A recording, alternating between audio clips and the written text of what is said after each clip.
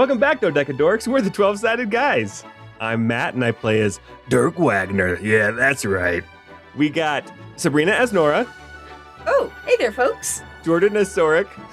I doubt that. I didn't write this part out. I'm trying to remember the order we go in. I'm sorry. Go in whatever order you want. Yeah. Tana as Echo. Hey, y'all. And as the DM, it's Scott. That's me. Okay, hey. That was my intro from like seasons ago. Oh. It's hashtag memories. Something like that. Yeah, remember my intro was, hi. I got stuck with that but for like real sexy like 16 episodes. Oh, man. Oh, no, I forgot. Even with the random saved games, too, which weren't part of the official count back then, too. Anyway, hey, do you guys remember that episode of Community where they had to roll a die to see who had to pick the pizza up, and then they created seven alternate timelines? And we're in the worst one? Yes. Have you ever thought, is it ever like blown your mind that we roll so many dice each episode that we have probably millions and millions of alternate universes just floating around out there? And we're still in the worst one. We got to clean that up. Like there's probably one timeline where Echo has a British accent for some reason. Cheerio, Gov. Oh, good. You were on that. Oh, and there's definitely the one where Nora has a goatee. Hell yeah, brother. Oh. I was anticipating you saying, or the one where Ollie is still alive. Oh no. No, but my favorite that would be the alternate darkest timeline. My favorite alternate timeline, though, is the one where Sorric became a raccoon and joined the Rescue Rangers. Come on, gang. His name Rakakui. Sorric Blackmere, rescue raccoon. Sorric Blackmere, rescue raccoon. Although he changed his name to Black Mask. Mm. Because he's a raccoon. Nice. Hey, yo. Yeah. Anyway, can we see his nutsack though, like in Pom Poko? Tanuki. Obviously. 100%. Yeah. Okay. All Just the want time. to make sure. I mean, we're at the bath. You can already see it. So. Oh, hey guys. There's also the universe where everything always goes horribly wrong and it's always Scott's fault. Yeah, that's this universe. Yep. And yeah. Oh, and of course, we can't forget the darkest timeline where none of you rated us 5 stars or joined us on Patreon and Discord. That would never happen. A billion timelines and it would never happen. Honestly, that one is just chilling. Anyway, if you ever kidnapped your daughter from an alternate timeline only to drown during your baptism, then this podcast is for you. What? It's Reaper's Requiem, episode 20.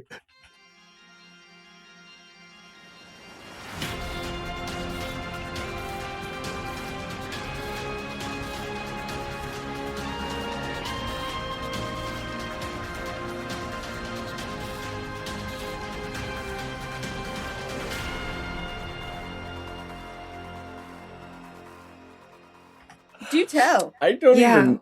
That one, What? yeah, you That stumped was me on that one. Bioshock Liberty one. Yes, yeah. It was a good one. Sorry, that was a spoiler good for one. a game that's almost, like 15 years old now? How could you do this to me?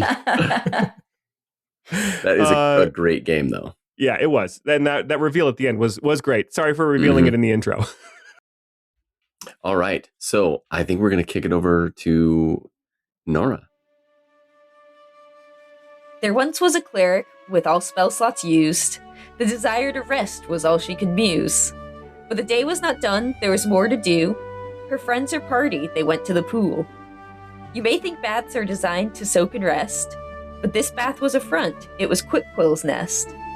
For an underground entrepreneur, he's a nice enough guy. He asked for our help, spies killing spies. His friends had an agreement, no deaths during the dirge, but alas, assassinations, they began to surge. With his pact broken, his pride was hurt. The party was hired to put offenders in the dirt. It was abstract. Mm. I love it. That was Snaps. nice. Yes. Snaps. Okay. Nice. So, the last time we were together, we went to the baths. We finally went to the baths. We had some some tea, and we explored some of the awkward tension with Dirk being naked in front of everybody. There was also... How is there not awkward tension for anybody else? It's culturally very normal here, so... It's the European style. Yeah, I don't know why Dirk was so just like out of it. No, it's sure to our cultural senses here in the United States. Yes, that would be weird, but no, it was very normal there, and I think everybody rolled with it well. But it was a lot of fun having Dirk be squeamish. Maris was there, so was Elaine. They had a meeting with Quill right before the party. And while Maris and Elaine were down there, Sorric went and introduced himself to an elf that was paying attention to them by the name of Nemi. And he learned, and he met the spy master for Duke Culver Varnmore. And the two of them had a brief exchange. After that point, the party was invited downstairs. They met Quill. He was the fanciest lad, such a good boy. Very short halfling with there were probably berries and cream down there somewhere. He looked like a fancy lad. Yeah, almost like Chris Elliott. Yes. In Cabin Boy. If you guys remember that one, he was a fancy lad. Yes. And the party learned some important information about the Duke and Duke Varnmore's plan. They successfully persuaded him to give them information before making a payment.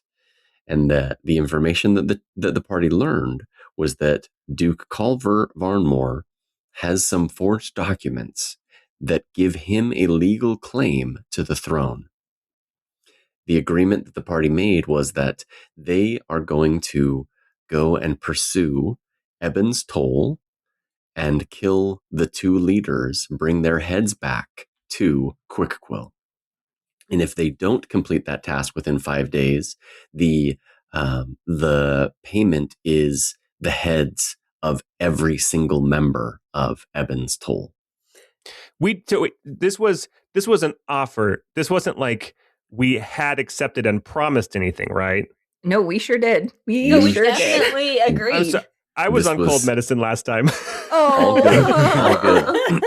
I think that's a like that works because Dirk was definitely squeamish and uncomfortable. Yeah. So, so the party did agree to kill the leader of Ebon's Toll. I believe you were given his name and you were given directions on where to find him. Let me grab Yes, Don Ebon. And his second in command is Isla Thane. And that's kind of where we left off last time. At this point, the party has gone back to the main baths. They've rejoined the public bathing section. And they had the intention of going to visit the Queen as the last thing that they'll do for the day. It's getting late. It's about dinner time at this point, or maybe just before dinner. So you're still at the baths. Is there anything you want to do here before we get dressed and go back to across town to the Hall of Petals? I don't think so. Okay. I think Dirk just only wants to get dressed and head across town to the Hall of Petals. He'll give a little wave to the two. What's his name? You just switched off the map, but Pelavar Quince-Feather. Quince-Feather. Mm-hmm. And Merowyn, what was his last name? Of the Velvet Antlers. Lord Merowyn of the Velvet Antlers, yes. So I'll just give them a little head nod and while I'm covered in my junk as I walk out. Yeah, they'll both nod back at you and wave. And yeah, so you guys make your way. So the pub baths are they're south of the Hall of Petals, so they're kind of not clicking for me. They're kind of in the middle of the city proper, just kind of on the center west side of Rosving. And to get to the Hall of Petals, you could walk north around to the north entrance, which is by the Roselight Pavilion, or you could walk to the south entrance, which is a little bit closer to you guys. So where...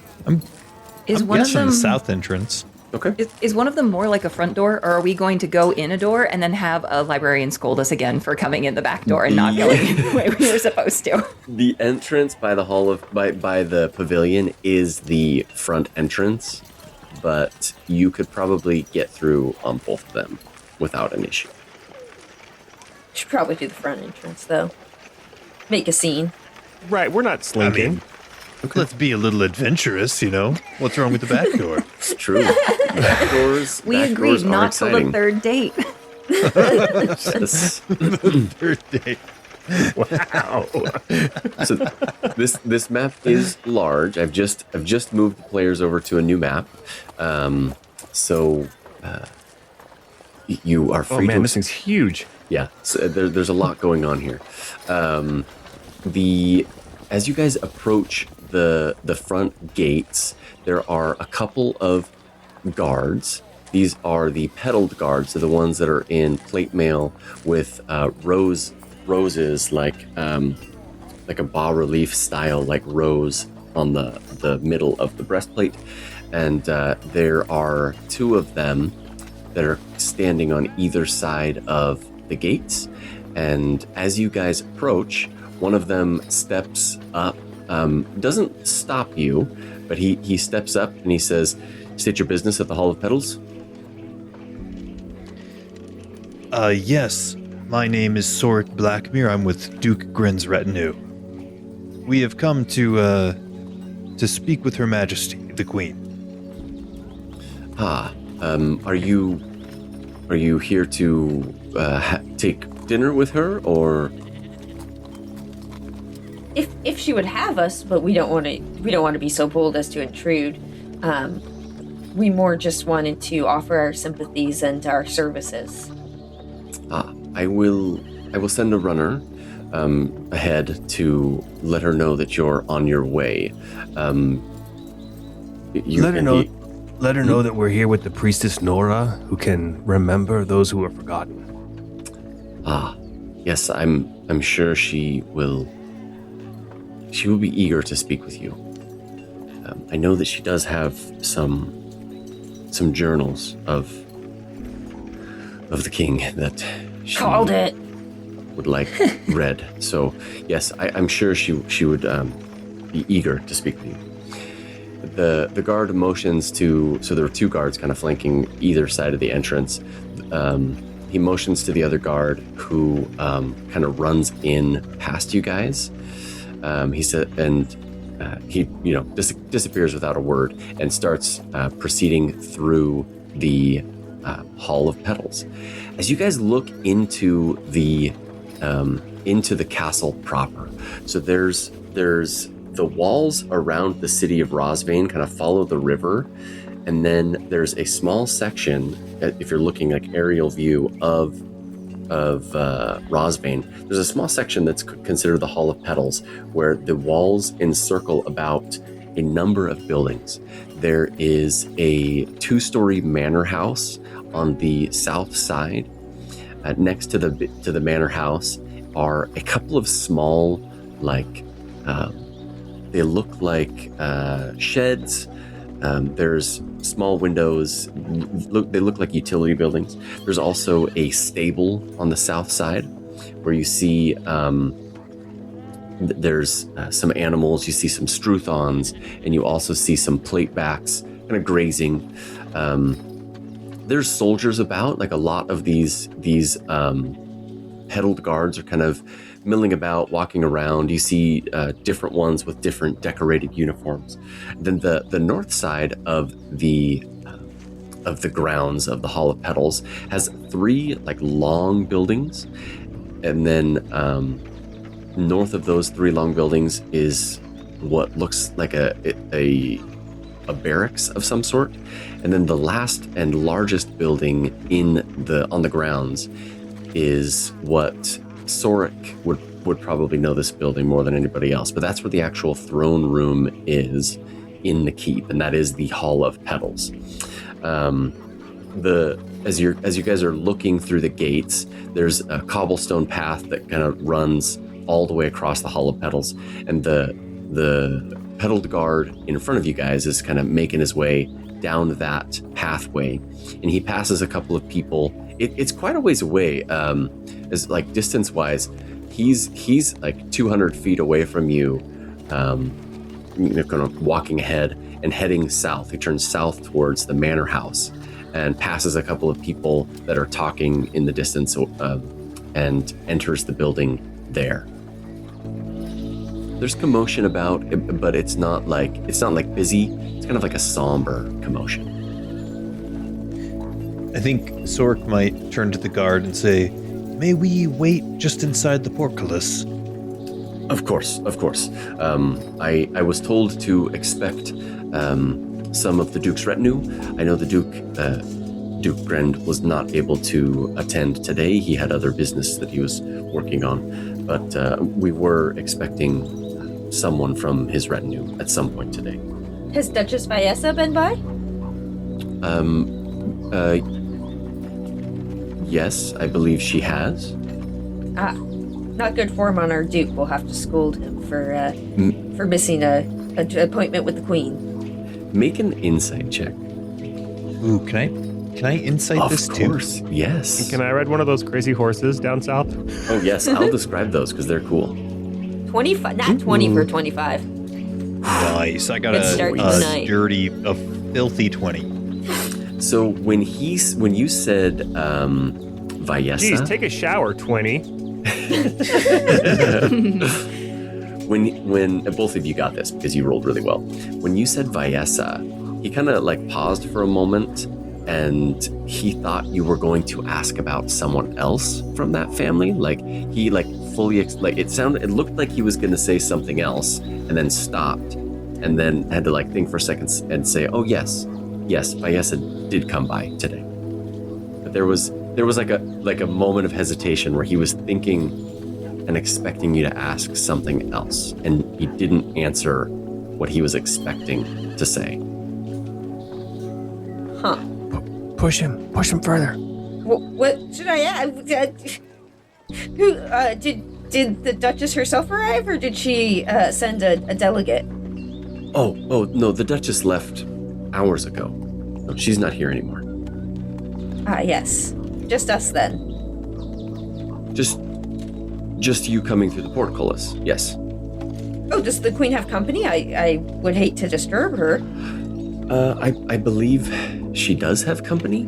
He kind of he points down across the way, and you guys can't see her very well from where you're at, but there is a woman with dark hair and like a royal navy blue clothes. You can see her in the very distance. I'll describe her in more detail once you guys get up to her, like, closer down the road. But he motions to her, and he says that's Elby Varnmore. She was calling on the Queen until just moments ago, but I believe their meeting has ended. I see. Duke Do we know the name Elby? Yes, Sorric, Yeah. you're assuming correctly. Yeah, Duke Varnmore's wife. Yes, that is Duchess Varnmore. Ah, interesting. Well, I'd love to get a chance to shake her hand. Wait, is it public knowledge that Varnmore's back in the city? I believe they arrived very recently. Ah, I see. I heard they were delayed. Yes, there was a delay. There was a delay. Normally he's quite punctual. He likes a good party, you know. Yeah. But he's... I do like to party. Yes, I like to party too. No, but For a fact, you don't party. I'm sorry. Look, I'm rarely invited. You know, I stand guard. I'm nearby the parties. Well, get there you're one doing day, a bud. swell job. Yeah, It's you'll more get there. important. Yes, but they arrived just within the last few hours, I think. Well, it would be rude of us to not introduce ourselves to the Duchess Varnmore. Perhaps we'll make our way that way while we await word on an audience with the Queen. Yes, of course, and feel free to explore the grounds. Don't go into. He kind of motions to the nearby buildings. He's like, these are official Herald Guard offices and barracks. So you can avoid those. But the rest of the grounds, even up to the antechamber of the throne room, you guys are free to explore. Understood. I'll point out. Dirk mentioned the platebacks. He said he was looking at the platebacks down in the stables. There are a few what I would describe as like an armadillo, but sized like a horse. Is like fully armored with like plating like an armadillo. It does not have hooves like a horse. It's got like armadillo, like claw-like feet, but longer extended legs. Do they roll up like armadillos? And don't they give you leprosy? I was just about to say, they like, do. do they also They give do. you leprosy? Now these ones may or may not. I mean, you've got a cleric with you. You could heal diseases. Somebody do a if needed. nature tech. You know, kind of, If you feed the plate back, just remember to wash your hands. Yeah, they do have a walking speed like a horse. That's pretty fast, but they also have a burrowing speed. Whoa, that does not sound like fun to be on their back while they're doing that. I don't think it's common to burrow with them while you're riding, but it is like if they're fighting alongside you, they could burrow. I don't picture that thing doing like a really majestic gallop. I picture it more doing like a really fast scuttle, like a yes, like a hippo. Yes, Oh my God, it is hippos are so terrifying. wobbly. It's like the most wobbly ride that you could imagine. That's awesome. I love those guys. interesting. Yeah. I'm gonna have one of those. You guys make your way across the grounds of the Hall of Petals. As you get closer to the intersection where the road turns north and south, north towards the throne room, and south towards the manor, which would be the residences for the king and queen. As you get to the intersection, there are two people that you were pointed towards that see more clearly now that you've walked through. The first one is a maybe mid-30s woman. She's wearing like a dark navy blouse with kind of leather embroideries on, like leather plating on it in some small sections, so it does have some sort of armor value, if you will, but it's got like gold embroidery and decorations kind of all around. She's also wearing a jade brooch. She's got very like dark tan, sort of like been in the sun a lot skin. She has like short, like chin length black hair and dark brown eyes. She's standing next to a priest of some sort. The priest is wearing the colors of sword tenders, so he may be of the same order as Blendis that you work with as well. He's wearing the coloring of Caliph, so the green and red of Caliph, with a scabbard at his hip, but no sword on his person. And this man is older. He's maybe early 50s, maybe mid 50s. He's got like a dusty brown hair, but a fully gray trimmed beard. He and Elby are talking quietly, kind of in the middle of the road, just out of earshot of another pair of guards that are standing outside the manor house, and they're kind of having a quiet conversation by themselves on the walkway on the cobblestones. I think Sorric would kind of loudly, like when he's approaching them and he's, maybe 10 or so feet away, he'll call out and say, "Ah, Duchess Varnmore, and I believe Sword Tender Galbrandt. A pleasure to meet you." And he'd bow kind of low to them. Say, "My name is Sorric Blackmere. I am with Duke Grin's retinue." Sword Tender will bow deeply back to you. Duchess Varnmore kind of nods her head low. She doesn't bow to you, but she does nod her head, and she holds a hand out for you. Dirk will bow and motion for Echo to bow too. Echo will bow. Nora will obligingly bob. Love it. Nice. She says, well, it is a pleasure to meet you. I hope that we can have a moment with your good Duke in the morning, perhaps before the funeral takes place. Oh, I believe Duke Grind would be most open to such a meeting, and it is a pleasure also to make your acquaintance. We've heard tales of your beauty and wisdom from here, and they do you little justice in person. You are quite a splendor to behold, and it is an honor to meet you. Smoking hot. Dirk will lean over to Echo and be like, I never heard any of that.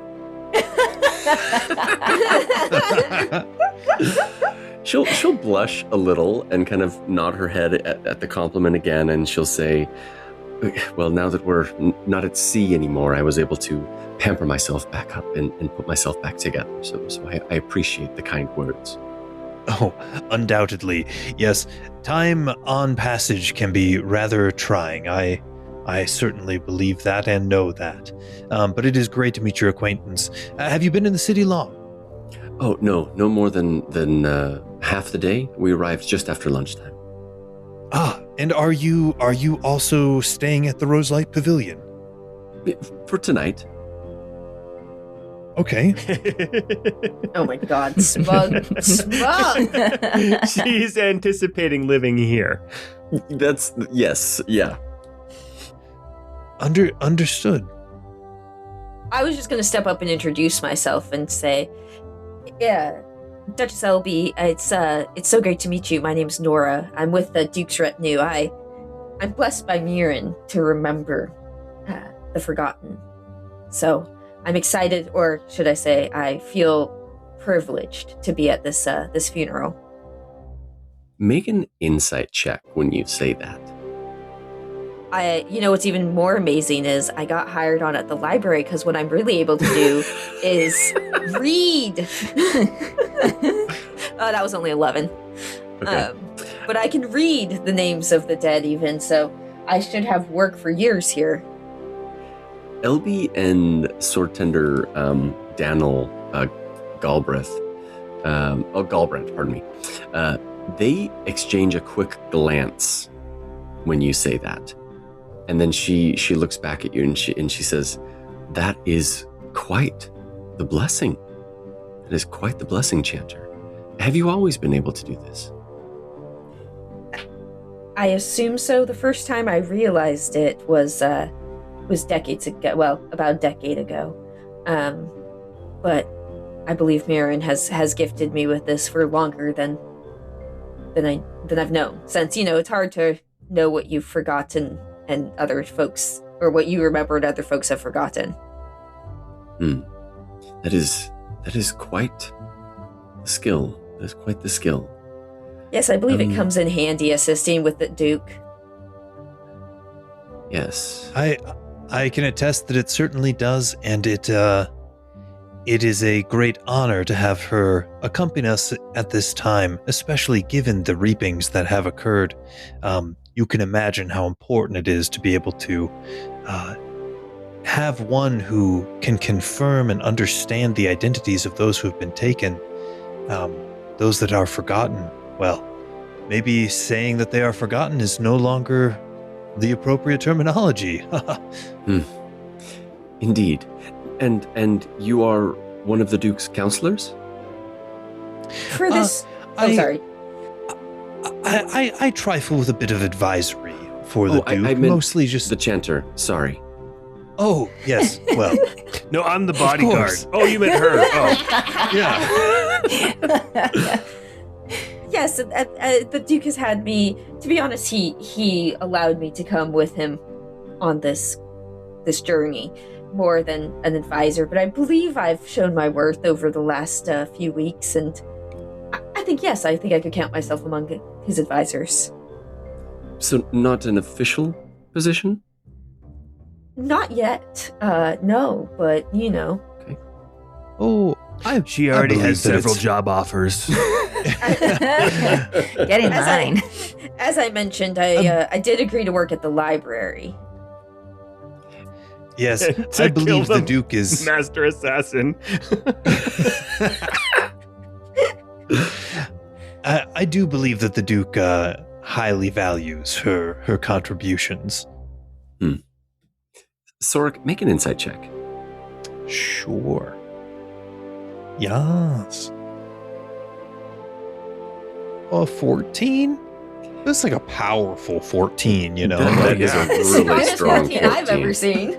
Dude, I felt it in my... Never mind. She's kind of ignoring you, and like you keep talking, and she's like keeps looking back to Nora. And you can see like gears I'm a hot spinning commodity.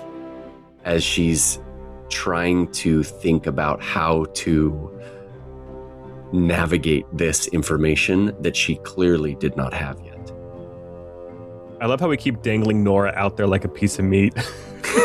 I know, and this is like the first time that I'm like, oh no, this. No, she might try to kill me. Yeah, they might not want to hire you. They might want to murder you. That's okay. I have enough. I have homies. I will not say anything. I think we can take them.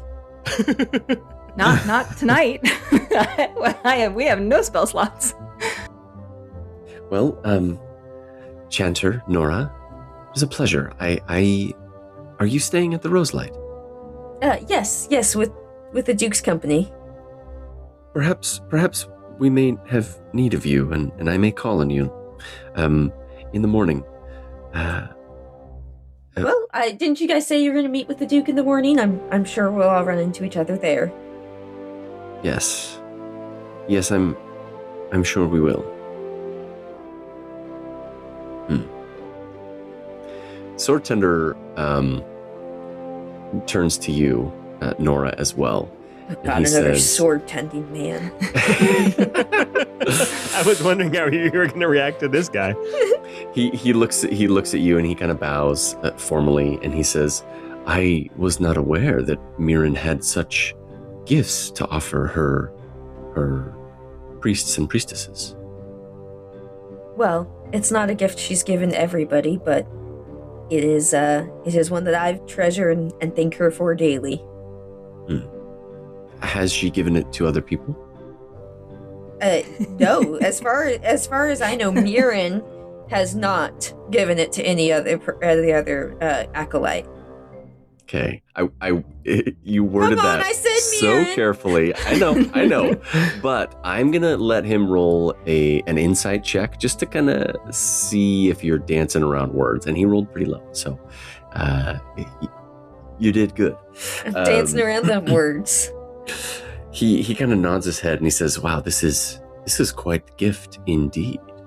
And are you affiliated with the church here? With a temple here to Miren?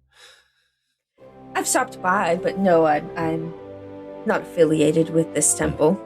Although it seems like I will be, since I'll be staying here for the foreseeable future, it sounds like. Yes. Well, I'm sure we will have need of these abilities that you've been gifted. So, we may find ourselves working together more closely in the very near future. Well, I live to serve.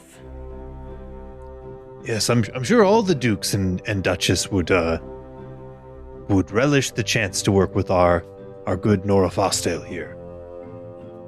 I'm Dirk, and that's Echo.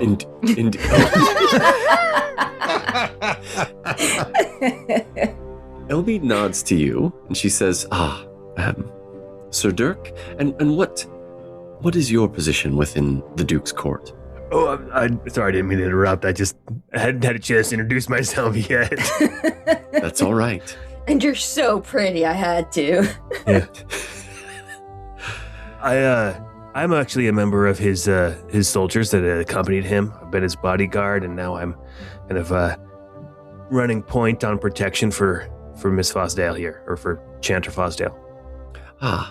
Well, that is quite the important job. I would hate for something to happen to Chanter Fosdale. Yeah, if anybody wants to get at her, they'd have to go through me and her. And I'll point to Echo with my thumb. Yes. And my ex. The two of you have quite the important job then. Now I wouldn't think that her life would be in danger. It'd be too important of a skill to get rid of. Oh God, she's like going to capture me and put her in her basement. Well, I wouldn't be too sure about that. You probably haven't heard the news yet, but there was a group here called the Peace Peddlers that tried to burn down the inn we were at the first night. So who knows how safe anybody is in this city? Yes, I have people working on getting us all the latest rumors and information. So I will be much more appraised of the goings on of the city this evening. So you'll have to forgive me of not knowing that there was an attack on the what tavern did you say? Well, long story short, people be exploding. People be exploding. How do you spell that exactly? ASPLOD. IN apostrophe. IN apostrophe. Those local dialects are so fun, you know? Sometimes I put an extra S in there too. Anyway, yeah, lots been happening while you were on your way, and it's my job to keep people safe. Yes, I appreciate that. That is an important duty. Were you coming to have dinner with the Queen? Yes, we were hoping to get a chance to speak with her. Indeed. Well, I will not keep you any further. I have some duties to be about, and I'm sure that the Duke has put you on some tasks that are far more important than gabbing about with Duchess Varnmore here. Yes, indeed. Well, I can't think of very many tasks that are more important than being able to speak with one such as yourself, good Duchess. Where can I send confirmation for the Duke being able to meet, and perhaps how we can coordinate location and time to meet with the Duke Varnmore?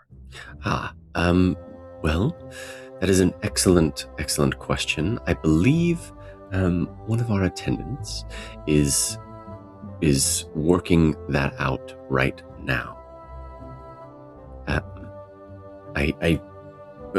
Miss Breinholt is supposed to be coordinating that right now for us. Understood.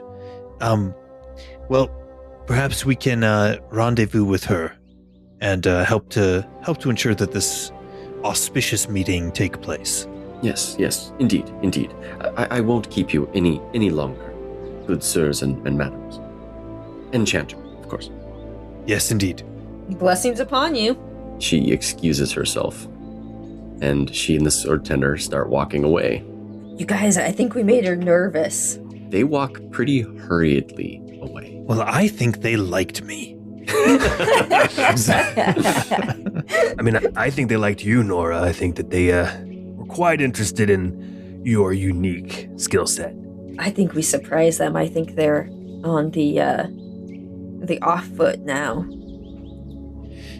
To be totally honest, I do think that perhaps we might want to be particularly careful and protective of you, Nora, because your ability, if they have designs to try to falsify some record or something of that nature, well, you would thwart that pretty handily.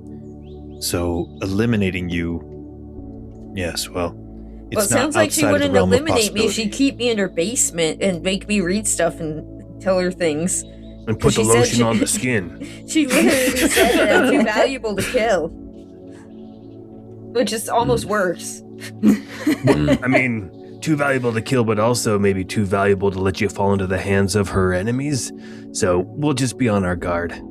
I don't feel bad that we told her who you were and what your abilities were, because that was going to get out anyway.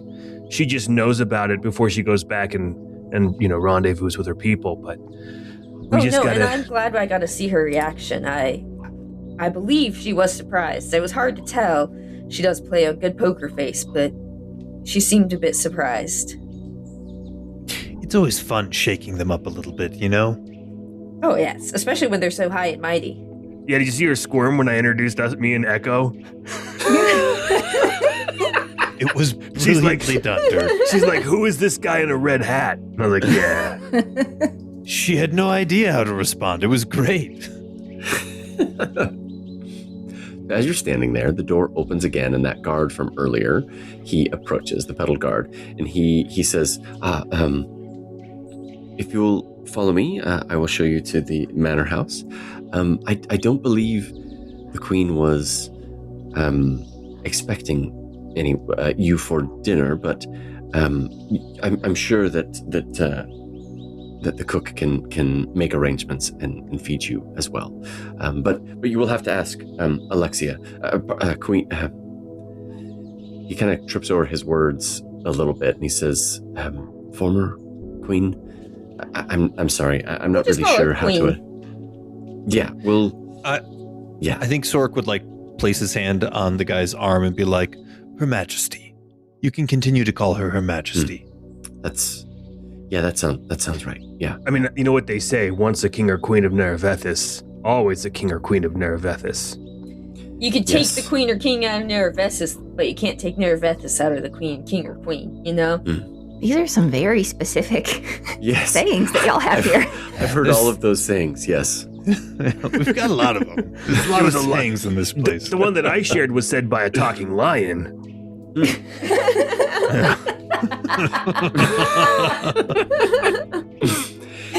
He walks up to the door, and he steps in, and he motions you guys to follow, and he says, Your Majesty, Alexia, this is the retinue of Duke Brend here to see you.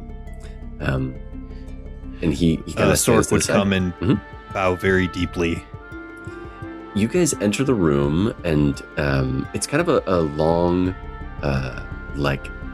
sort of zigzaggy shaped room. And east to west, it's long, and then there's an alcove on the southwest side that leads to some stairs and some other doors. Queen Alexia this is your guys' first time meeting her. She's got piercing, striking blue eyes. She's really young. She's probably no more than 20 or 21. She's a very young adult. She's wearing all black, clothes of mourning. She has a veil tied into her Ollie's hair. wife would have been this age. Wait, I didn't know Ollie was married? Well, he would have been if he had lived to be 21. I'm not keeping him that long. Once you're 18, you gotta go into the world. That's true. She's got a veil tied into her hair, which it's done into a circular, a braid that's wrapped into a circle on the back of her head. And she has a veil tied into that, but it's not pulled over her face. She's standing in the room with, I believe you guys met her briefly during the attack or after the attack on the Roselight, the Silver Lantern. This is Captain Osdal of the Rosvian Wardens. So she's in charge of both the pedal guard and kind of the city watch. She and Alexia were in a quiet conversation, it seems like, and the two of them are standing kind of watching you guys approach.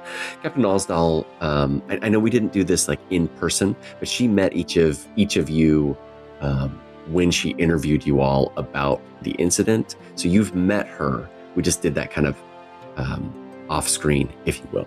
Okay, so gotcha. You've had a brief interaction with her, but this was when you were very tired after some combat.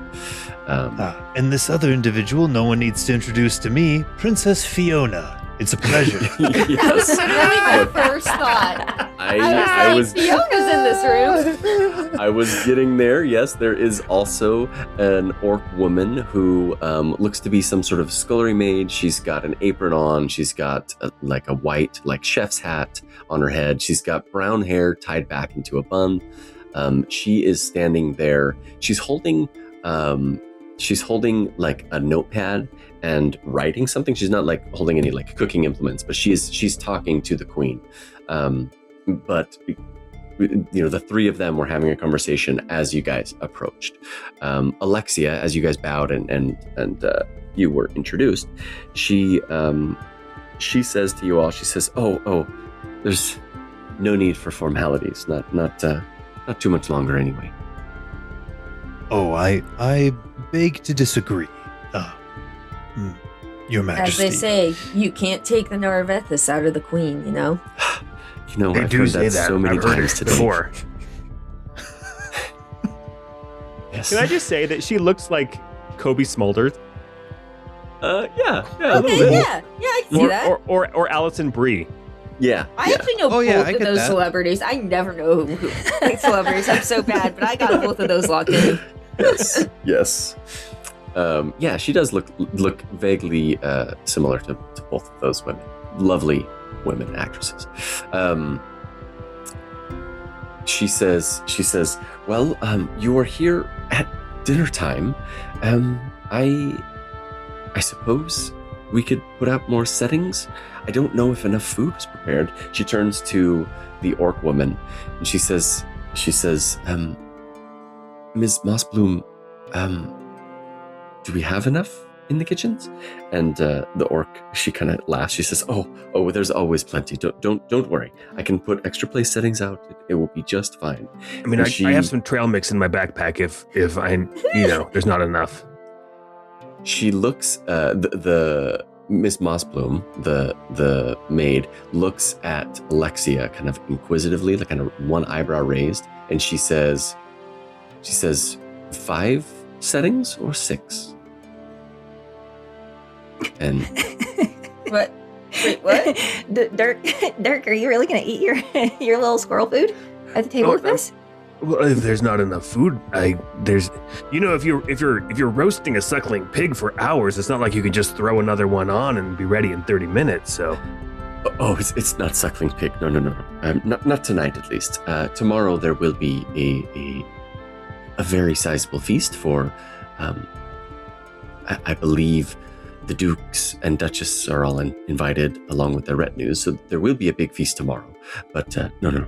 Today it's just soup and bread, fresh baked bread, by the way. But just nothing fancy. Well, I would count it as an honor to eat at the same table as a queen.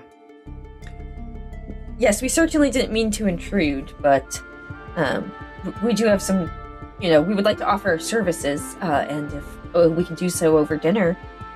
I love bread. I love bread. Make an insight check. Anyone that wants to be, noticing. Sorric got a 24. Okay. Nora got a 10. Echo got a 4. Okay. Dirk got an 11. Okay. So Dirk, Echo, and Nora, you think that the Ms. Mossbloom, the cook, was asking if Captain Osdal was going to join you for dinner. So it would be 6 with you, the Queen, the 4 of you, the Queen, and Captain Osdal. That's what you assume. As you're listening, Sorric, you don't think Captain Osdal was invited. This 6th was someone else, but you're not sure who. Interesting. There may be someone else here. Or is it the guard who is so familiar with her first name? Did anybody else notice that? Yeah. I did, yes. I think Sorric would. I don't know if he's gonna point that out or anything. I think he would say, "We are most humbled and honored at the invitation to eat, and I think we would all be remiss to not take advantage of such a wonderful opportunity, as Dirk said, to be able to dine with a queen. Of course, we would love to, as my companion here, Nora Fosdale, had mentioned, I'd like to introduce you to her, Your Majesty. My name is Sorric Blackmere. I'm one of Duke Gren's retinue. Nora is one who has accompanied us as a chanter of some particular importance, and yes, we think that she may be of particular help for you." Are you the chanter that everyone has been talking about? Yes. I'd mumble some humble words here, but yes, it seems like I have a reputation that precedes me, which I did not realize. Well, someone of your unique skill, rumor was bound to spread eventually. I'm sure that wherever you go for the rest of your life, you'll be followed by this knowledge. Yes, Miren has blessed me, and I'm sure you're in great mourning. But if there's anything I can do, any questions I could answer for you, I would love to offer those services. Yes, of course. Alexia looks to Miss Mossbloom and she says, how long will you need? Should we go sit in the parlor for a moment? And the Miss Mossdale says, yes, 15 minutes, 20 minutes or so. We should be ready to eat. And she excuses herself and she opens the door that's just to the south. You smell just like, as soon as she opens the door, just like the smell of soup kind of wafts into the room. Just smells so good. And you also smell fresh baked bread. There's you get like a brief glimpse of like a charcuterie board and some cheeses and all sorts of things kind of arranged out on the tables. She enters the room and shuts the door behind her. Captain Osdal bows low to Alexia and she says, I will also excuse myself. I have many things to attend to before tomorrow. If you will excuse me, Your Majesty. And Captain Osdal also leaves. She nods to the four of you and makes her way past Dirk and opens the door and exits the room. The Queen kind of motions to the left and she says, follow me this way. And she walks to the door that's kind of on the west side of the building. And there is, this is the parlor. And she kind of opens the door to the parlor. She motions south and she says, those are our restrooms. And she looks at the two doors and she says, one of those is not working right now. But the one on the east is. So she points to this one and says, this is not working. She says that this one is working. Sorric, you should go look and see what's in that bathroom. I know, I want to see who's hiding in there. Yeah, I'm totally going to go into that bathroom. And she enters the You've got dysgraphia. Left and right's really hard. She enters the sitting room and she says, please accompany me. If anyone needs to use the restroom before we chat, feel free. And I will avail myself of the facilities. Yes. I'll be back momentarily. And I might have to pinch a loaf later. Who knows? Mm-hmm. There's a pedaled guard. I didn't mention this, but there's about 4 of these pedaled guards kind of around, just kind of standing there. There's one standing outside this parlor, and he chuckles like under his breath at that. Honestly, Dirk did say that, and it was kind of. She seems to be pretty familiar with the staff. She seems to be pretty kind. He was feeling out how she would react to something a bit more uncouth to see just how proper of a queen lady she is. Yeah. She does not skip a beat. She doesn't respond to you, but she doesn't like give an inkling like she was offended. The reactions were from everyone else. So you get the impression like she wouldn't like scold you or Nora's talk horribly differently to you. embarrassed and is going to scold you when we get back. But that told Dirk everything he needed to know. So there's a large fireplace with like a low fire burning in the room with just some kind of chairs set around. There's 2 large chairs by the fireplace and then a handful of other chairs kind of around the room. There's some bookcases and some potted plants and then a large desk with some notebooks and some papers on it. She leaves the door open as she enters in. She says, please take a seat wherever you'd like. And I'll leave this open for your friend, for Mr. Blackmere to return. And she takes a seat in one of the larger chairs by the fireplace. Nora's going to plop down next to her. Dirk will take a spot up along the wall. It looks like a couple maybe little bookshelves or little dressers or something. Mm-hmm. Echo's sitting at the desk. Okay. We will... I see see Sorric's token like walking up to this bathroom, and the other restroom was opened and closed and opened and closed. I think the player Jordan is like clicking on this locked door trying to get in. So yes, we'll go there real quick. Why don't you make a perception check real quick? Okie dokie. You're talking to Sorric too, right? Yes, to Sorric. Yeah. Okay. 21. Okay. As you like approach and you're like listening and trying to get an eye for it, you can hear like faint breathing on the other side of that door. So interesting. You know that there is someone in there.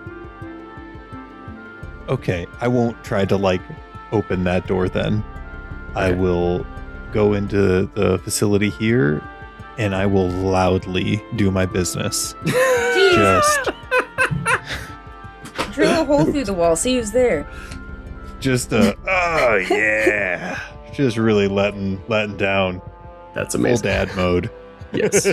This whoever's in that room, because you rolled really well on your perception, they're like keenly listening to you, and you can tell that they're trying to be quiet because they know someone is nearby.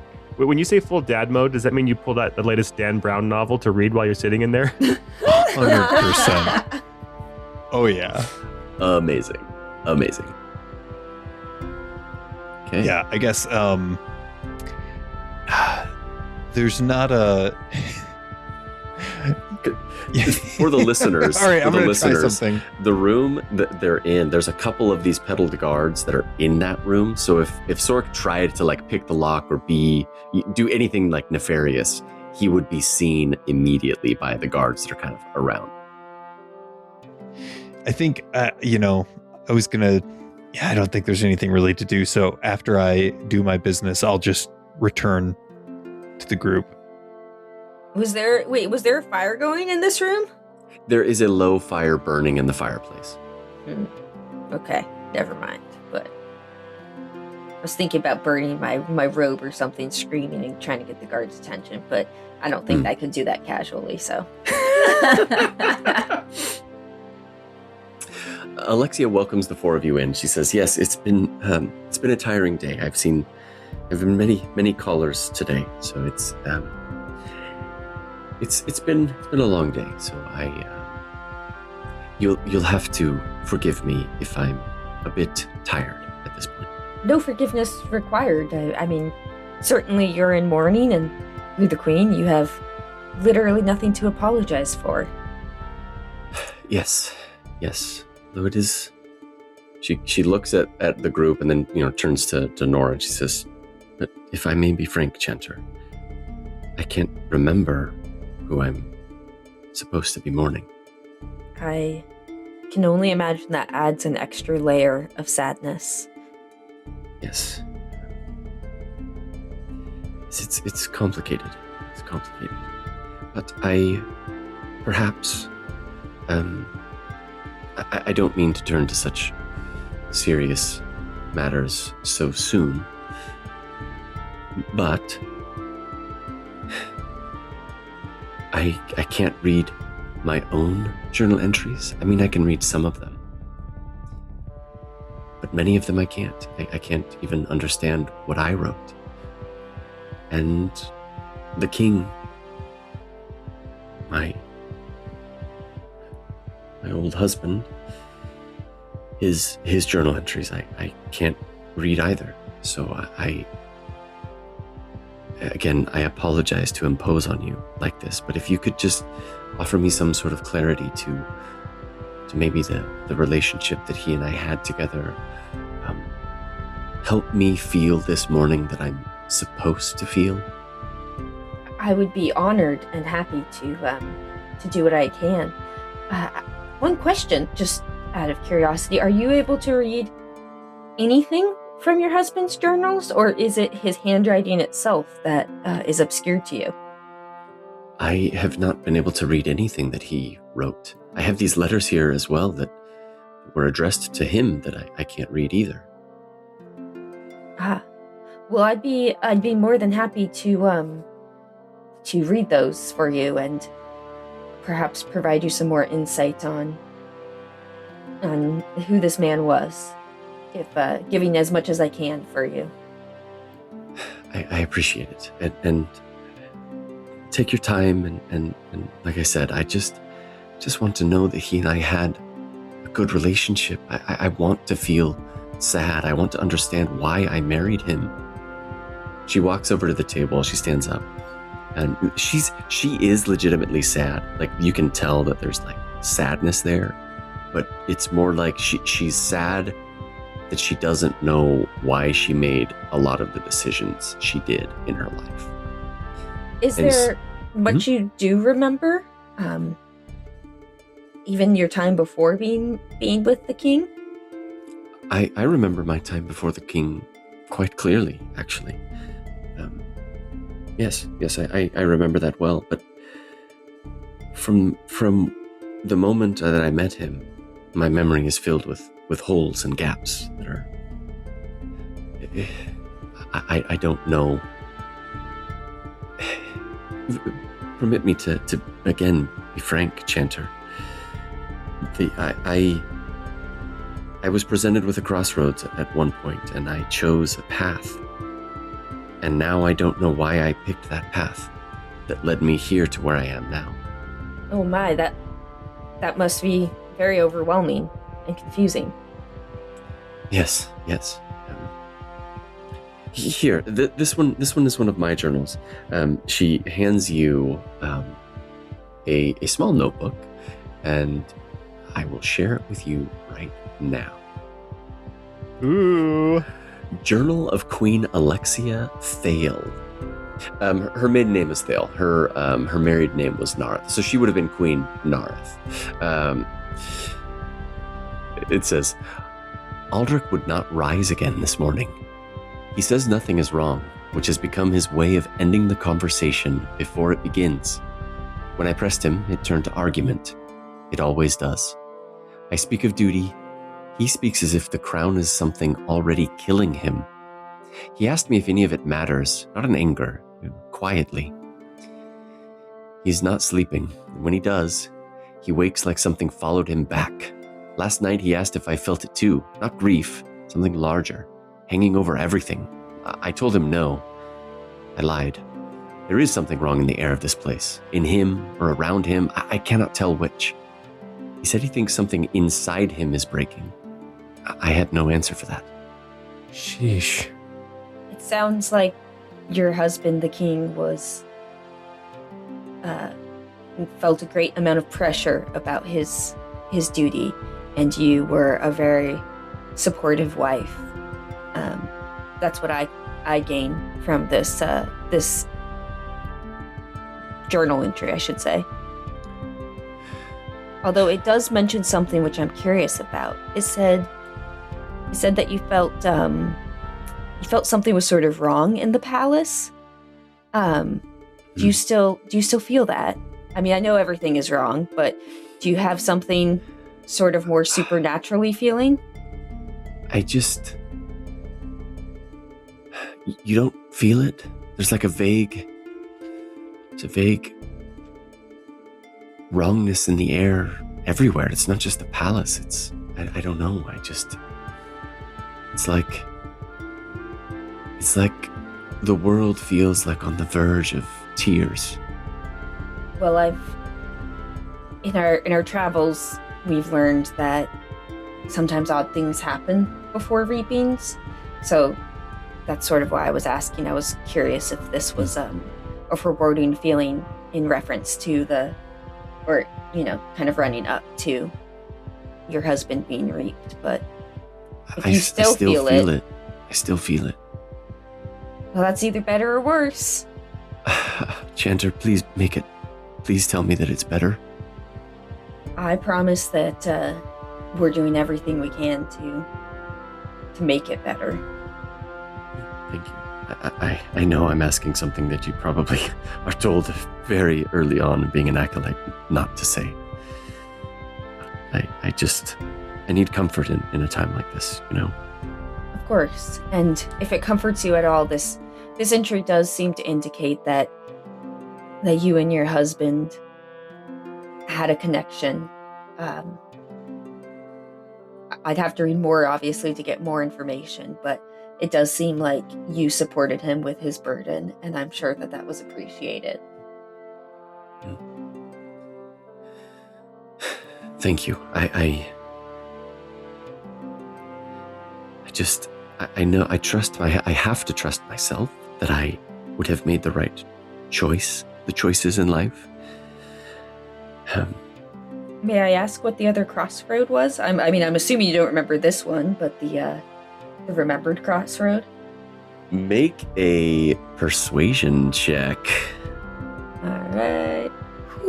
Yeah. 21. Nice. She looks at you and she sighs. She says, she kind of also looks around the room and sees that there's 3 other people. She says, this feels a bit like a confessional, but but if you need some space, I could use the facilities. And Dirk will walk out of the hallway. Yeah, we can step out. Yes, I'm so sorry to have you sit in here and then to immediately kick you out of the room. I promise, I assure you, dinner will be fabulous, and I will be a much better put together host. You'll have to forgive me. As I said, I'm very tired. I think Sorric would approach her and just kind of, I think he knows he's taking a little bit of a liberty, but he'll kind of gently kind of put his arm non-threateningly or his hand on her lower arm and just say, Your Majesty, we genuinely are here because we care. And if there's anything that we can do to support you, I hope you understand that that's why we've come. We'll leave you to yourself at this time. I mean, we're very grateful for the hospitality you've shown us. Thank you. While you're seeing yourself around, Mr. Blackmere, upstairs there's a room at the end of the hallway. The King's Journal should be in that room. You'll also, if you do go up there, well, I'm asking you to, when you go up there, you'll find Miss Fenwade on the second floor. I believe she's attending to some duties up there. If you let her know that I sent you to go and retrieve the journal of the late king, she'll show you to his offices, and she'll help you find it. Very well. As we go out into the hallway, Dirk will look at Echo and he'll say, seeing that one of the bathroom doors is open, he'll kind of motion to Echo to go into that bathroom. Echo, we'll go into that bathroom. No. I have a plan. And then Dirk, because Echo's now in the other bathroom, Dirk's going to come up and try the door. It is locked. Okay. It is locked. And he'll kind of yell out. It's like, "Oh, sorry, I didn't know anybody was in there. Sorry, I'll just wait." Oh yes, it's occupied. Sorry, I'm. Yep, occupied. Do I recognize the voice? Ooh, make a. Ooh. What kind of check? And since Echo's in the bathroom right next door, can she make one too? Yes. I would say like an insight or maybe an investigation. We'll call it, investigation would be better. Insight for me. Okay. Oh man, just like, do I have any more? I do. I'm gonna take a calming breath and try real hard. All right. Calming breath. Come on. Echo only got a 6 on insight. Oh my god. I got a 21 because I got a 10 on my max roll. So a 21. Yes. Okay. You immediately clock the voice, and you remember talking to this man the night before during the meeting with Duchess Morent and Duke Grand.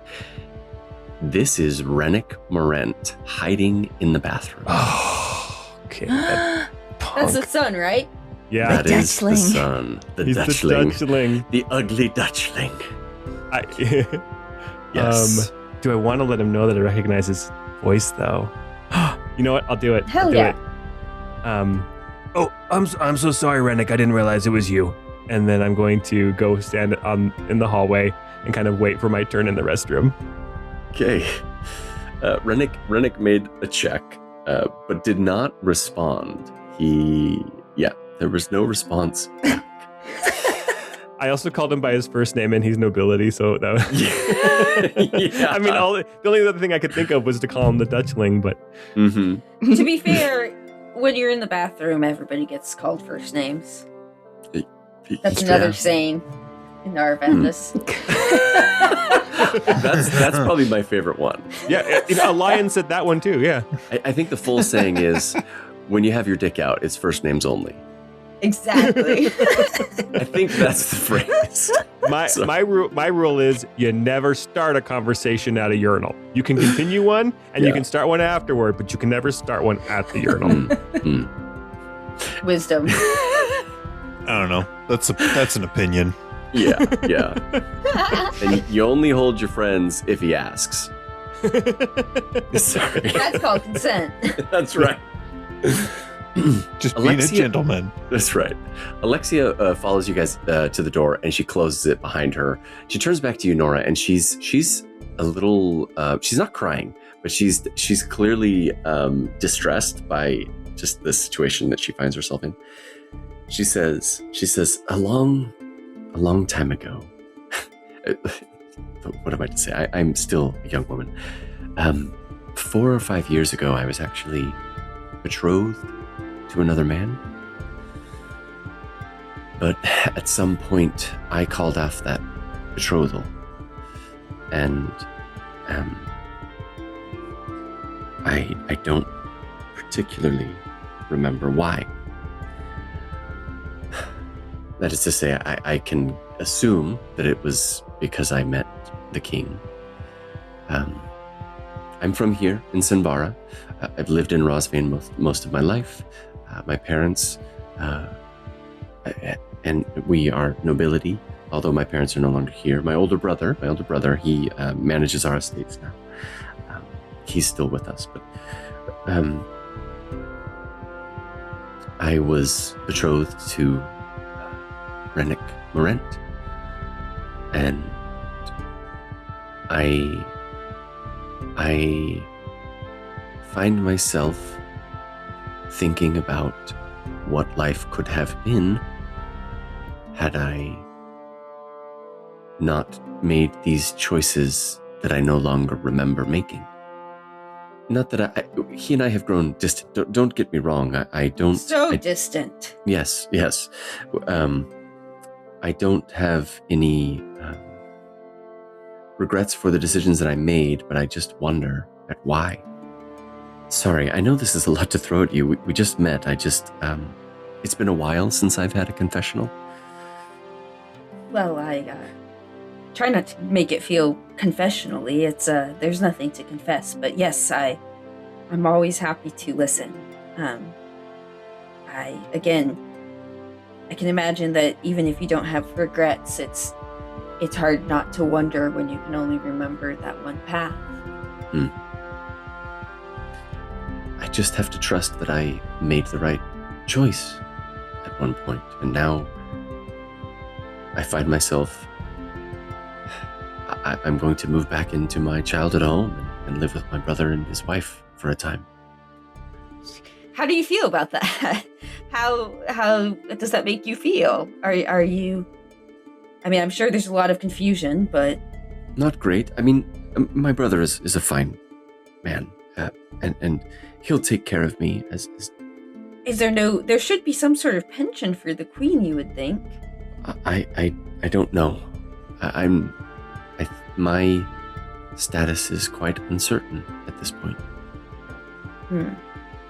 Well, I'm sure I could find a document or two that says something about a monthly salary for the queen, even if she's a dowager. I would appreciate that, but no. My family has wealth enough to spare. I don't need a dowry. I don't need to be taken care of. We have estates. We have farms that should provide plenty for my needs.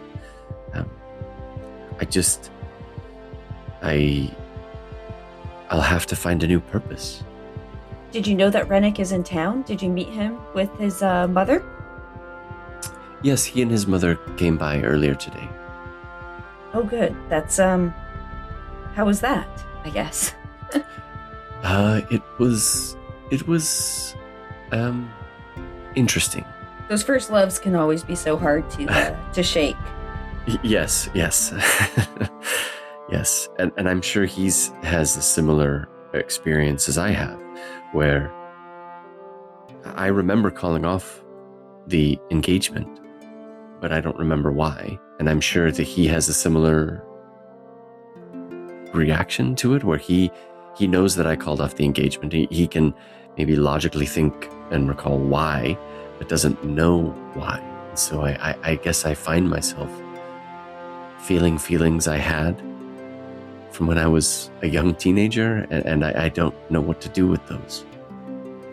It sounds like you have a lot less responsibility than you did a month or two ago. And maybe this is a blessing to some extent to get to reshape yourself into whoever it is you want to be. It's not a blessing, I'm sorry, that was a stupid thing to say. But maybe we can make the best of it. Yes, maybe we can make the best of it. Now, I've never been to confessional, but I don't know if it's very frequent that the priest says, that was a stupid thing of me to say. Definitely uncommon for the yeah. Let's go and check in on what the other players are doing real quick. Echo is in the bathroom. She didn't have to go, so she's just like practicing fighting stances. Kind of like in front of the mirror. Yeah, like flexing a little bit. I wish I had the message cantrip so I could tell you to come out. But after a little bit, she will crack the door and just like look like, am I allowed to come out yet? Yeah, I'll motion to you. Yeah. Okay. So Sorric, should we three go up and see if we can't find that journal? Yes, I think that would be fine. Let's go ahead and get that done now. The guard doesn't stop you. He just kind of like nods as you guys walk past. You get up to a large loft with another fireplace, another low fire burning. There is a half-elven woman, she's got a broom in her hand, and she's kind of like walking around, just kind of sweeping up some stuff. The ground is not dirty at all. It looks like she's just like keeping busy more than like actually working. She looks up at the three of you as you approach. Oh, I didn't describe her. She's got brown hair and like light brown eyes, half elf, but kind of a youngish half elf. So maybe like, 30s ish. So she's, because they age just a little slower than humans. She kind of looks like Trinity, yeah. What's that actress's name? Carrie-Anne Moss. Carrie-Anne Moss. Yes. Like a younger Carrie-Anne Moss. Yes, her hair's kind of in like a messy bun in the back, kind of wispy hairs, kind of like escaping the bun, kind of going all different directions. She's in like a white tunic with like a brown apron on over it, and she looks up at you as you approach, and she says, these rooms are off limits. Are you Lyria? Lyra Fenwade. I apologize. My name is Sorric Blackmere. I was just speaking with Her Royal Highness, and she told us to come and speak with you. She had said that in the old king's office that there was a diary of his. We have with us the chanter who can remember the names of the forgotten. She asked us to go and fetch the diary of the old king. Yes, to the study. Follow me this way. On the east side of the room, there's a massive double door that leads to a long hallway. There's doors on the north and south side of the hallway, and then another like large double door. There is in the hallways, there's like bookcases and paintings. You see a portrait of the king on the wall, and you also see some portraits of his parents. The nation was ruled by his mother before he became king. So there's paintings of him as a little boy, alongside his parents. The Miss Fenwade opens the next set of large doors, and she kind of walks into this room.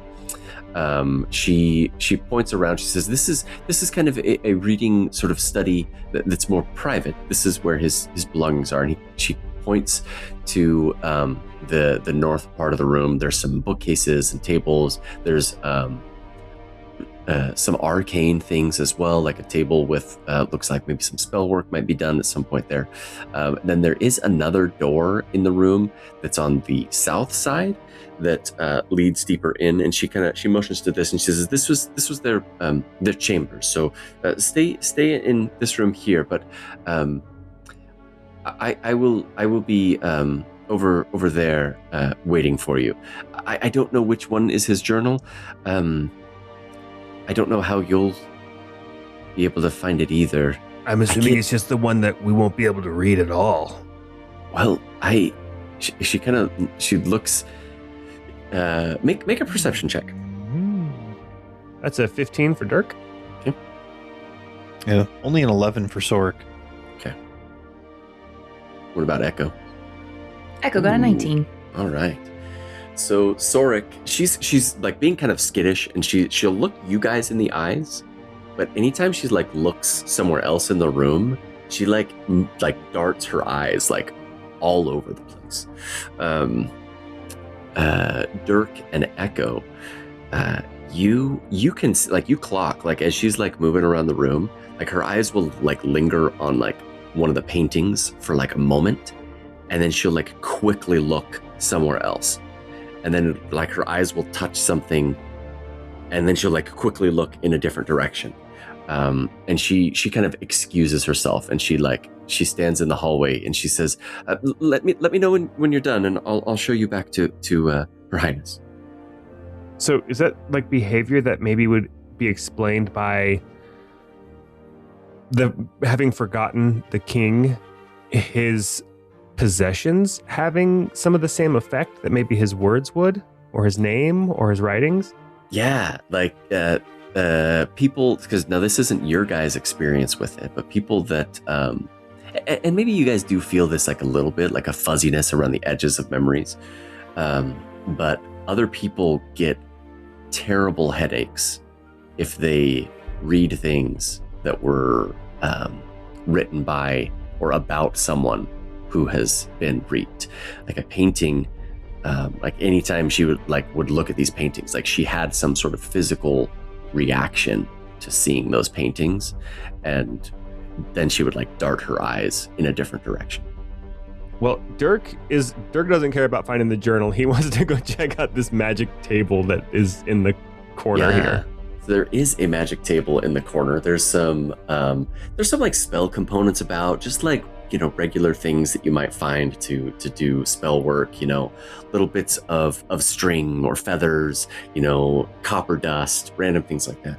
There's a really nice goblet like in the middle of that table, like a really nice gold rimmed goblet, like impeccably made. It's etched with like vines, and it's like the vines seem to like shift in like the candlelight in the room. It looks very, very nice. The vines, thinking of like vines, I'm thinking that might be related to Celira, like the goddess of the Scalesworn. So can I do like an Arcana check to see? Yes. Because I don't know if downstairs, if Nora read that aloud to us so we know what was in the journal, but I think if that was the case... Why would I read it out loud? That would just give you guys a headache. Just so that, like, if he was being troubled by something, not sleeping, I'm wondering if this was something he was either using to try to alleviate that, or maybe poking at what he shouldn't was causing something. Okay. Make an Arcana check. It's only a 10, and I'm out of calming breaths. Yeah. I hyperventilate. If you if you had like a short rest to like examine this, like you feel like you'd be able to identify it, you know, well. But just that looking at it, you're pretty sure that this is a magical artifact of some type. You're not sure what it does. Okay. I mean, this is a bit cheesy. Can Sorric also approach and be like, "Oh, what do we have here?" and give it a go at himself? Sure, of course. I don't have nearly as good a stats as Dirk on this. I got a 15 though. Hey, there you Beat go. my +1 Arcana. This is maybe from your closeness to the Duke and some of the jobs that you've held in the past. This is something that's typical for royalty or people of importance. This is a goblet of measured indulgence. It functions as a periapt of health, so it's basically like a magical goblet that whatever you pour into it makes it so that you don't get diseased from it. Ah. Interesting. Wait, so is that like it takes care of poisons, or it's like, No. oh, I'm drinking so I can't get drunk? It just diseases. Just disease. Okay. Yeah, you can still get drunk, but it basically is. So there's a reflavoring of the periapt of health. So and that just makes you immune to diseases. So So when you're drinking armadillo horse milk, you don't get leprosy. Yes, Thank exactly. God, somebody take it. Yes, you cannot contract leprosy from the platebacks. Why I would call you them milk platebacks. the horses? I mean, I have nipples. Do you want to milk me? Yes, Yeah. actually, yeah. Mm-hmm. So this is an artifact. I mean, maybe you've seen some like this before, but most kings or queens would have some sort of magical artifacts that would protect them from things like that. Can I do kind of a? I'm guessing this is like a table here Yeah. along this. Make an investigation Can I- check as you guys are kind of exploring the room. And for the listeners, it looks like Echo has exited the room to talk to the maid. Only got an 8. Okay. I'm distracted by the thought of armadillo horse milk. Yes. But I've heard Dirk it's got a so 19. warm and good. Oh yeah, and it's super thick. It basically comes out like Oh yeah. like cottage cheese. Oh my Yes, God, it's guys. so thick. It's so thick. Stop it. It's so thick. Okay. Yeah, Dirk Sorry. got a 19. Okay. So Sorric, you'll find the one that you guys were going to find regardless. I wasn't going to hide this one from you. Okay. This is the journal of Aldrich. Ooh. Okay. The private Private- journal of Aldrich. Do you want me to read it? Yeah, go ahead. Okay. Private Journal of King Aldrich Nerravethis. I cannot name what has settled over the kingdom, only that it is there. A heaviness, not grief, not fear, something quieter, more complete. The court feels it, the city feels it, even the air carries it, as though something has been removed and the world has not yet learned how to fill the space. Interesting. Dirk, listen to this. I wake already tired. Every thought feels distant from me, like it belongs to someone else. There is a constant anxiety beneath it all, a sense that something is wrong, though I cannot say what. Alexia and I fight now, often, over nothing, over everything. I see the hurt in her and cannot seem to reach her or myself. I know I love her, but even that feels dulled, like a memory fading at the edges. There are moments I am certain something has been taken from us. I fear this is how Rosvane will end, not with war, with a quiet reaping. That was the working title of this podcast season.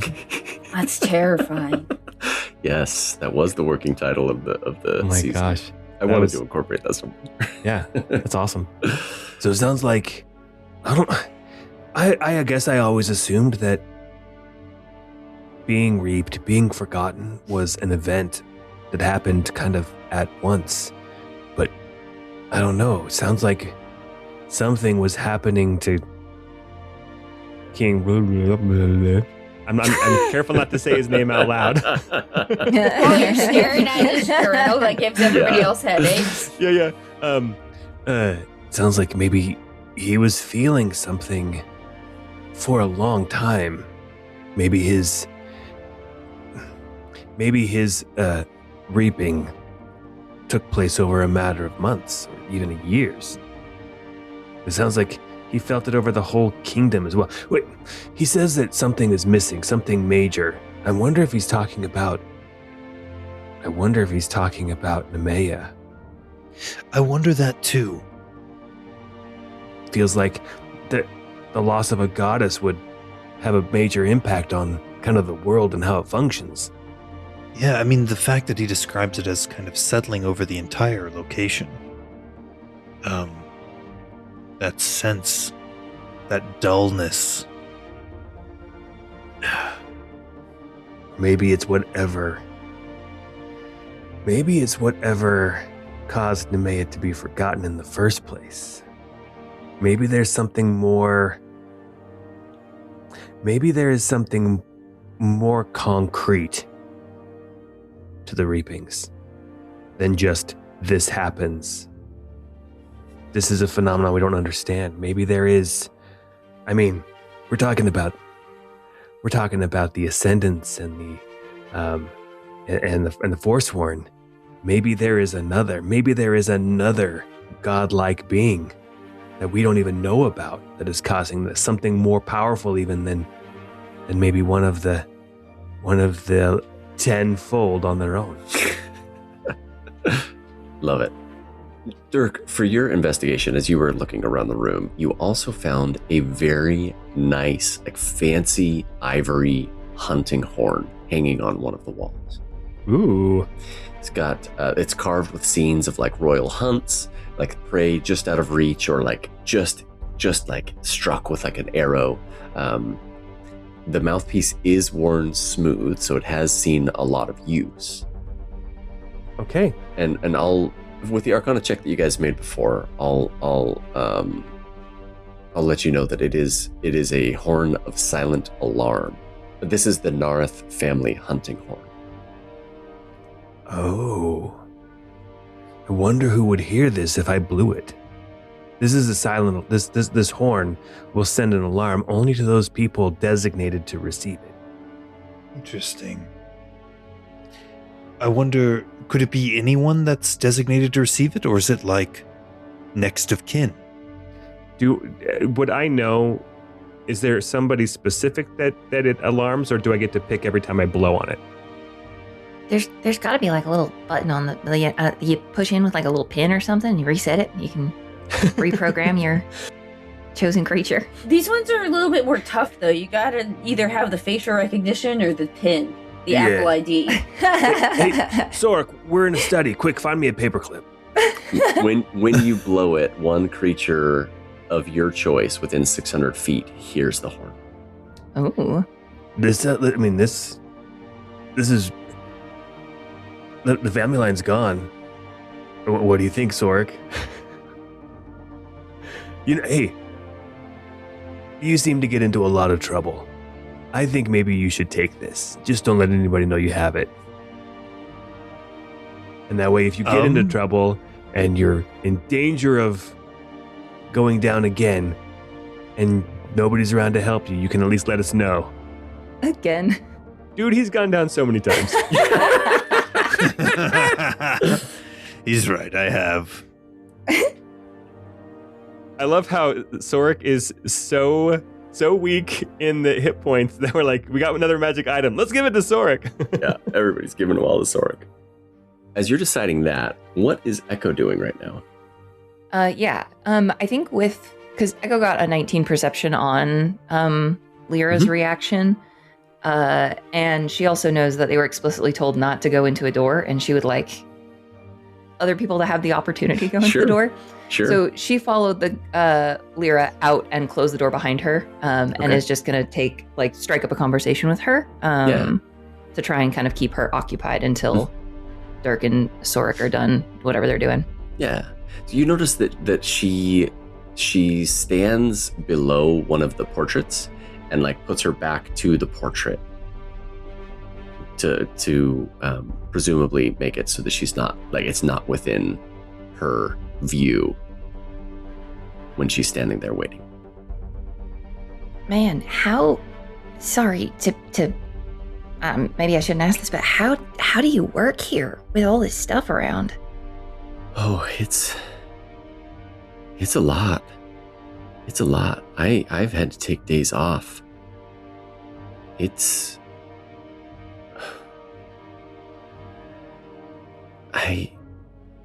Sorry, it's just like a heaviness. I'm sure you can feel it too. Most people in the city can. I just feel it heavier here. You know? It just makes me want to go home and hold my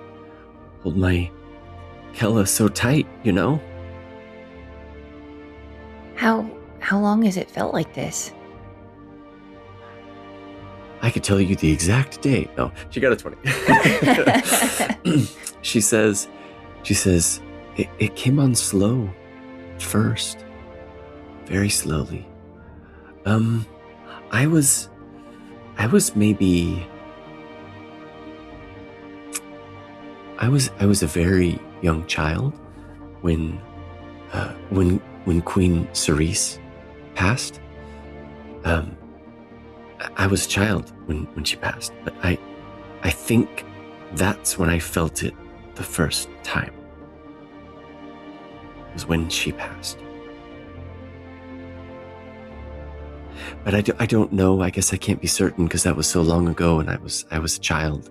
I was maybe 10, maybe 13. Sorry, I'm newer to the area. Queen Cerise is the ruler before, right? Yes, sorry. She was the queen before the king that just passed. The assumption that most people have is that she was the king's mother. That's what we think. Did she pass in any strange kind of way? Oh, you don't know. No, I'm sorry. I'm not from here. Oh. Well, I didn't work here at the time, so I mean I was a child still. But the rumors are that it was a strange death. She and her husband. I mean, look, I know ghosts are real, but I don't think there are any ghosts in here. But it was in that master bedroom. She kind of motions to the room that you guys just left. It was in there.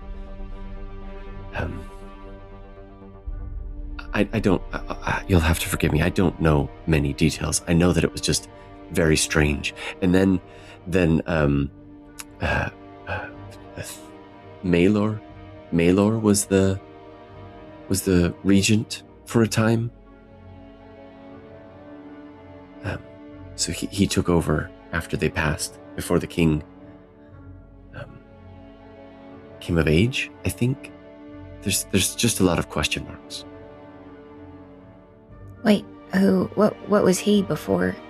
I mean, before he kind of took over in the interim. Counselor? I don't know. I don't remember.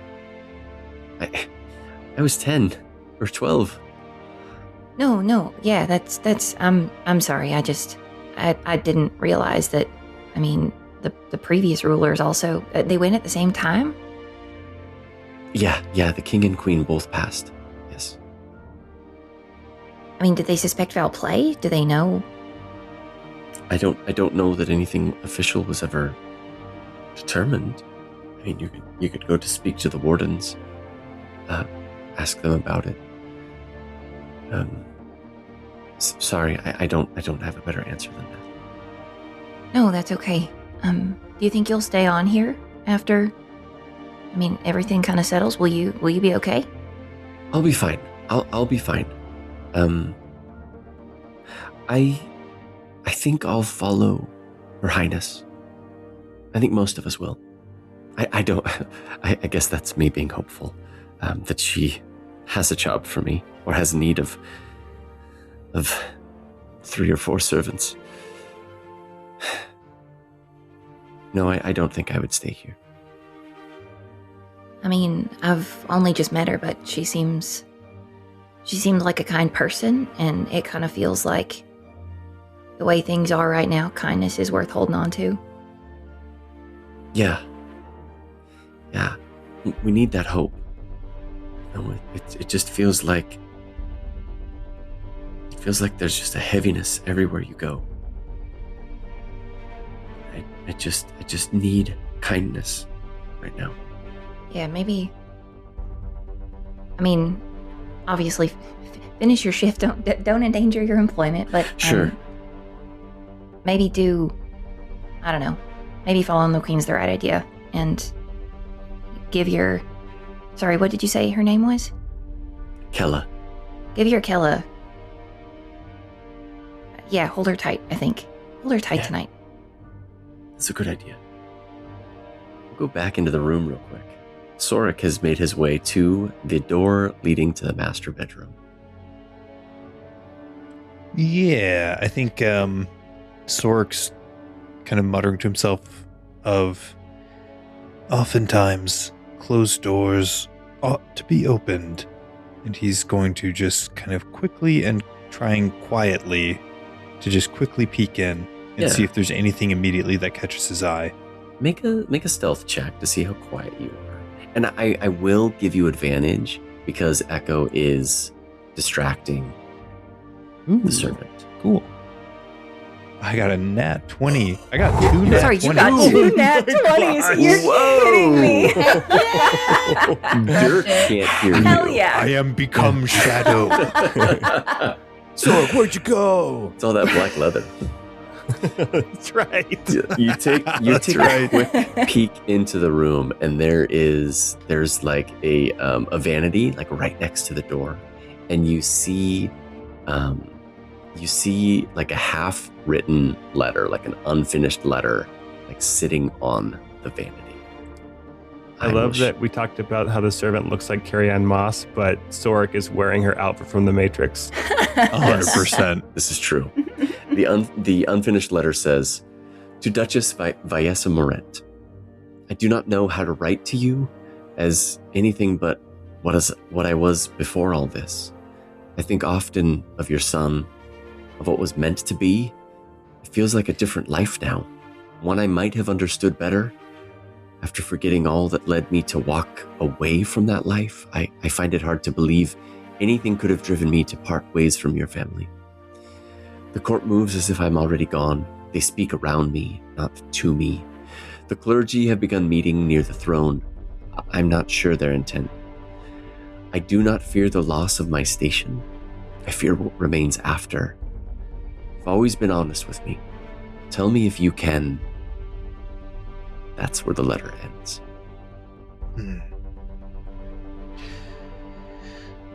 Interesting. It feels to me, looking at this and understanding what she was saying, it feels to me that she might favor a turning over of power to Duchess Morent. My hope was that if there was any next of kin, anybody that, like an illegitimate heir or anything of that nature, we would have maybe seen something that we could have pointed to and said, perhaps there is a rightful claim to the throne. But I'm not seeing much that would be indicative of that. I mean, it was kind of a long shot, but we did get, we were able to read the King's Journal, and I think that might even be more significant. I think it ties maybe more closely to what Nora can do. Yeah, while unrelated to my thoughts of trying to find an alternative successor, it is nevertheless of significant importance, I believe. Duke Gren doesn't really seem to care who takes the throne as long as his duchy is protected. So, as long as his duchy is still protected, and honestly, whoever comes to power, my life is probably not going to change that much. So, I guess I was never really as interested in the line of succession as I was in, what the king was writing in his journal there. Yes, I mean, it's the power vacuum that can follow the fall of a leader that can be sometimes the most dangerous. If that can be filled quickly and with someone of reasonable soundness of mind, then there's not much to worry about. At least one can hope. If the balance of power is able to be maintained even after this matter of succession, that may also help to foster some peace, if only because of the fear of reprisal. If we see call it a power monopoly emerge, where one side wipes out the other and then takes control, I think that's when you're likely to see the greatest harm and cost to the citizenry of the country. Well, as a man-at-arms and as someone who has been traveling with the soldiers, they're basically all just anticipating having to fight for somebody or for something in the near future. That's their reality. That's kind of how I feel too, until I met you guys and, had this extra mission thrust upon me from the Duke. So, well, we should probably get back before we draw too much attention to ourselves. Indeed. Sorric will gently, return and close the door. Did you want to take the horn, or did you want me to take the horn, or should we just leave it here? I mean, I'd be tempted just to leave it. It feels a little risky and presumptuous to try to... Yeah. I love that I've left loot there and you guys are like, nah, I like this family too much. I don't want to steal. Well, I mean, but it's from the former king's family, not the queen's family. So that family doesn't exist anymore. So as far as I'm concerned, it belongs in a museum or my pocket. I was going to say museum seems right. Yeah. I mean, pocket's fair too, I guess. Yeah, I'll hang it back up on the wall. I would love to have it, but it's all good. Okay. You guys make your way back downstairs. We're going to go down there real quick and we'll wrap this up shortly. Was there anything else that you guys wanted to do or chat with Alexia? No, but I was hoping I could take, some of the letters that she was talking about or whatever and bring those back and add them to my reading list. Yeah, so she will hand you some of these letters. You've got 2 letters to Aldrich. They appear to be from the former regent. Yeah, where did the former regent end up after Aldrich kind of took the throne? Make a history check. Dirk only rolled an 11 on his history. Okay. Nora got a 13. Sorric got a 15. Okay.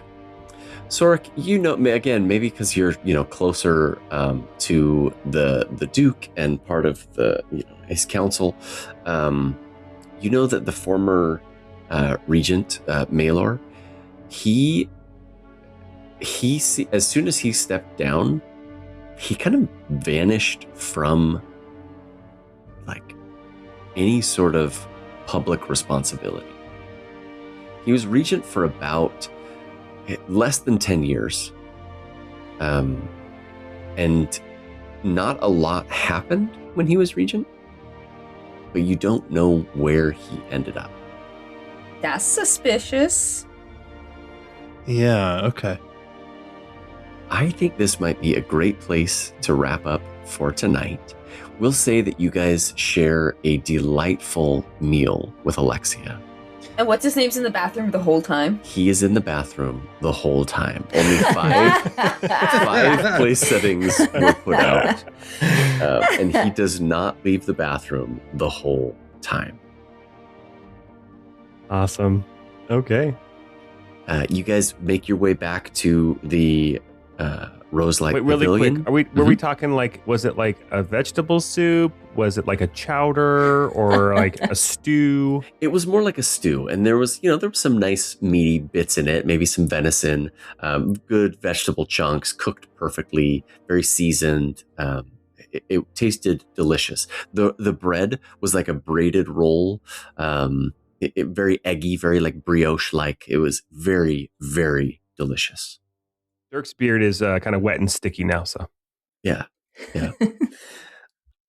So you guys make your way back to the Roselight Pavilion, and you reconvene with the Duke. I think what we're going to do, and just so the players and the listeners are ready, I think the next time we get together, we're going to have a B team episode. So the players are going to go and pick their B team characters. We will meet up and have a B team episode. But then when we rejoin the main characters, if time advances during those episodes, we'll rewind and have some evening reconvening before we proceed further with the main story. But I hope everyone's excited for some B team shenanigans. Oh, it will be so much fun. Well, I'm really looking forward to it. Hey, thanks everybody for joining us. Thank you so much, Scott, for DMing. And of course, this has been a lot of fun. We got some handouts. Hopefully we didn't miss too many of them this episode. Nope. There were some. There was, I chose, because we were kind of going to some heavier stuff. I didn't give you the flower arrangement instructions handout that talked about the flowers for the funeral. And there was also a mourning conduct pamphlet that was being passed around to talk about, best behaviors for the funeral. So maybe we'll find those next time. Important things. Echo needs one. That's awesome. Oh man. Well, so yeah, thanks for listening. Don't forget to rate us and review us. Join us on Discord, talk about the episode, see all the crazy gifts we were sending back and forth, and then join us on Patreon, where we talk about this stuff and try to recap some of those gifts and see if anybody remembers why there is a dancing nun from Sister Act on there. I'll tell you right now, it was because Nora was dancing around something. Classic. Yes. So anyway, but until we get together next time, we hope you have a great time.